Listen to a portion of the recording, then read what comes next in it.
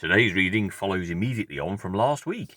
So last week's reading was the parable of the sower, or the soil, or the seed, depending on how you interpret this. And it's the beginning of this second section of Matthew's Gospel, teaching about the kingdom and what the kingdom is like.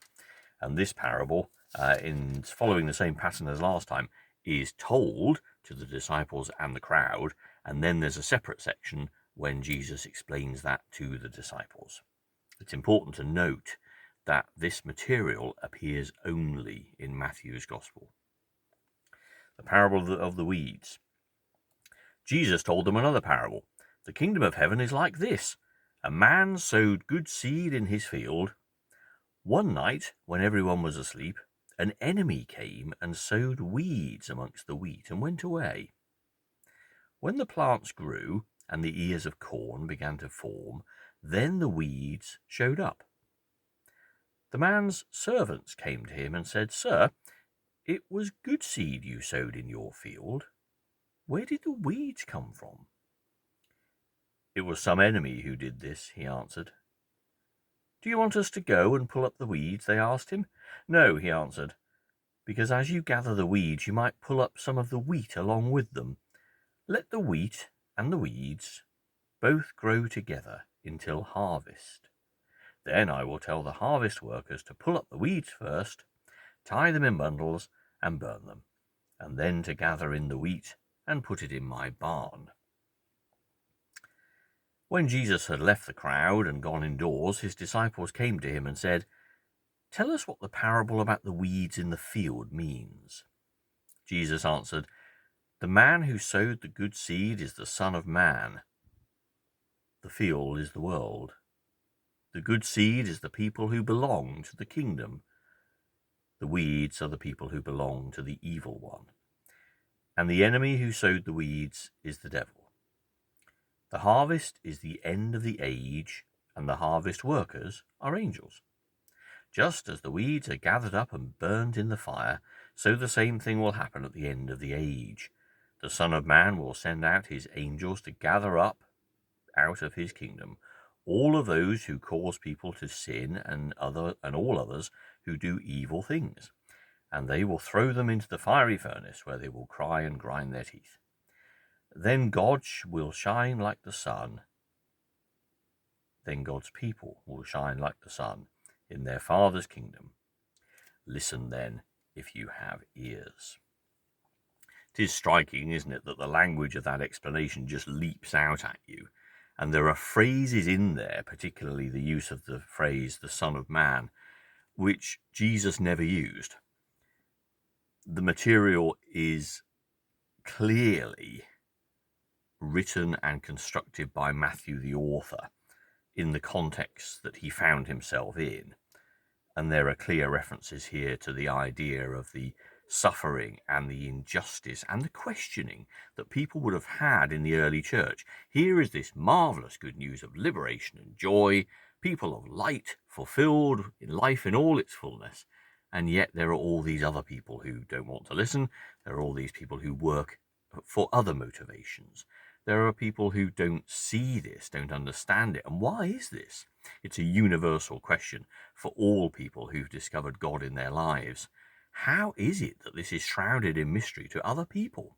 Surely it's a universal truth and something that everyone should see and understand. So we need to understand that that's the context of the material we've just heard, and to treat it with that kind of attitude. The parable of the weeds is interesting. I'm struck by the soil in this because in the parable, and I'm out of my depth in terms of agricultural references or indeed how things grow, but I'm intrigued by the constancy of the soil. For both weeds and wheat are sown, and as we heard in the parable of the sower last week, that's a given, that the soil in this instance is nourishing and is helpful and facilitates growth, creativity, development. The direction of that is not its concern. It is there and it nourishes and supports and gives life. Now, if that life is positive and helpful, and stretching the metaphor then into people and into kindness and love, then that is awesome. But if it is to develop people whose motivations are not those things, well, again, that's not the creation's concern. Those things will happen. And it's a very interesting parable. The references to judgment, gathering up, separation, on the one hand are interesting, but I'm just so aware of how divisively they can sometimes be used.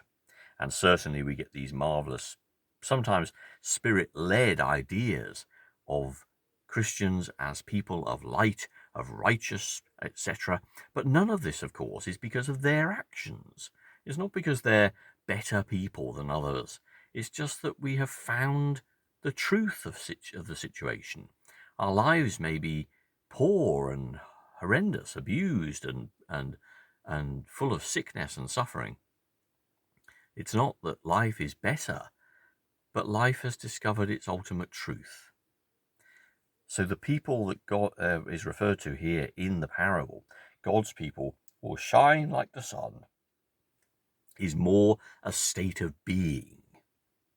For those of us who've heard the good news, who understand that God loves us and loves all people with that universal grace that we celebrate, this is purely good news. What happens around us and all those other ideas which get us into the metaphors of fields and things that grow that are good and things that grow that are bad is a separate entity altogether.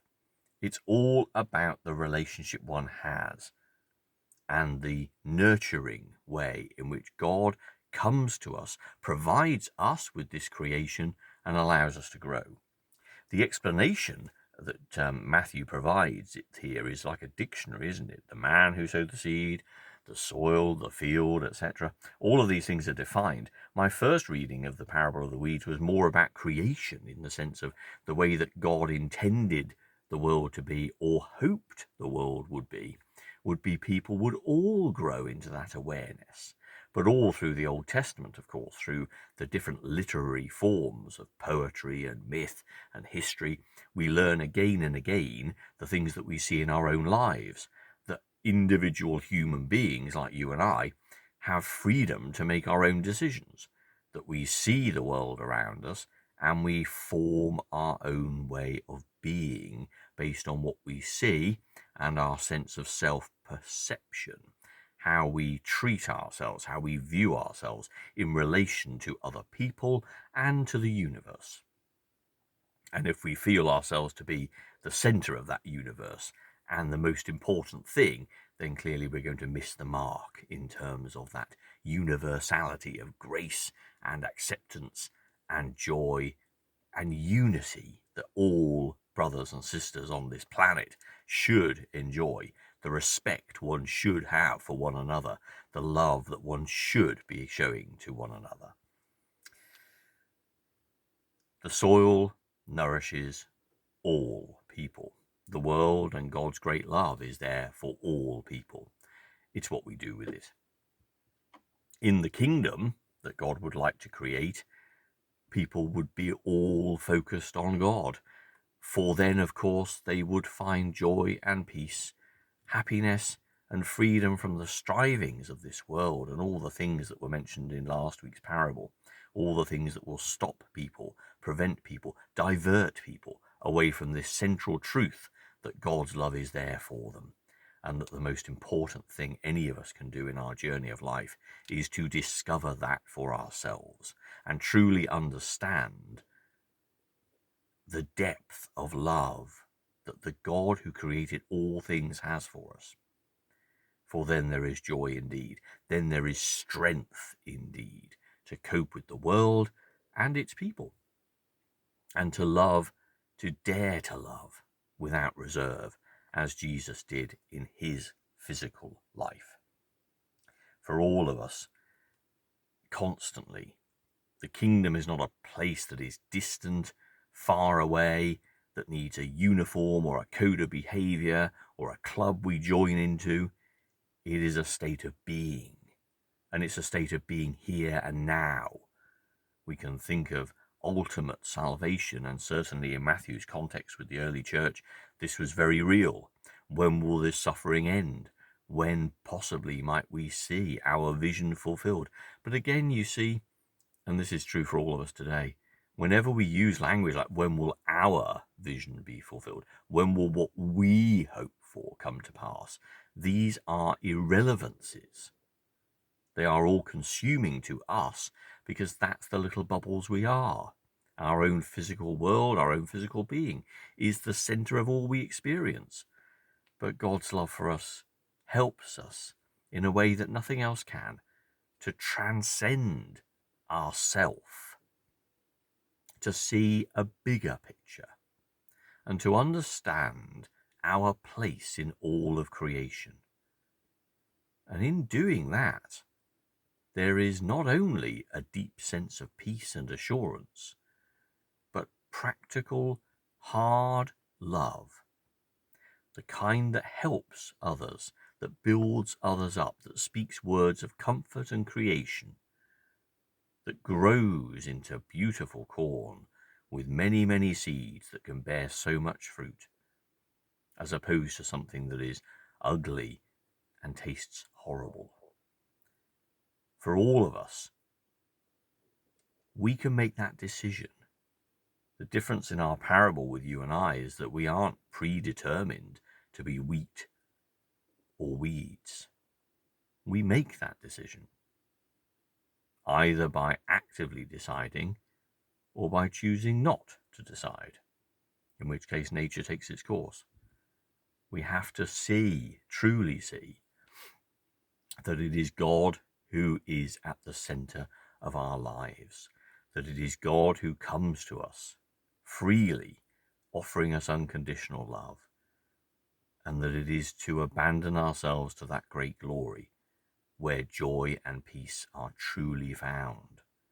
And then the kingdom of heaven is created here on earth, in our lives and in the people who we can interact with, those that God has entrusted into our care.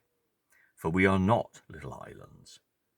The crop that is going to be so bountiful in the field that is sown here is not made up of one stem. It is made up of many, many, many stems. And so the kingdom of heaven is all the people who can live their lives centered on God and love others without reserve. For this is our calling, this is our commission, and it is our joy and our privilege.